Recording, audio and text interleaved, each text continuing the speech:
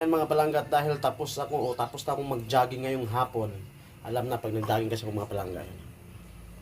Talagang tumitira ako ng gulay, no? Ito pala, pakpak ng manok, 2 peraso, pinatabtab ko ng pino-pino.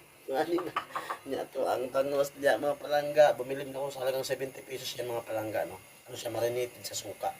Yung ingredients natin mga palangga, ayan. Ay, ligid pa.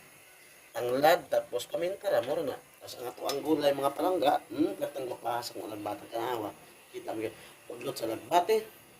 Ug atong kalamunggay pati pong gupaha. Ug ato apong udlot sa kamote mga palangga pati pong gupaha. So stop. No! Pati lami ano man ani. Pagpakulo dai kung mga palangga ug mga kuan dai, munggo. Pinakulo no na, kulong-kulo naman kita sa kamera. Laglag ko na to ang aking upak-pak ng manok. Yan po yung pansahog ko para lalasa yung ating gulay ngayong hapon mga palangga. Dapat kalami! Kalami ano eh. Ego po na po kayo kayo. Pinatay. Sarap yung kayo okay naman ko mga palangga. Yes! Tuyog-tuyog na po kalimutawan eh.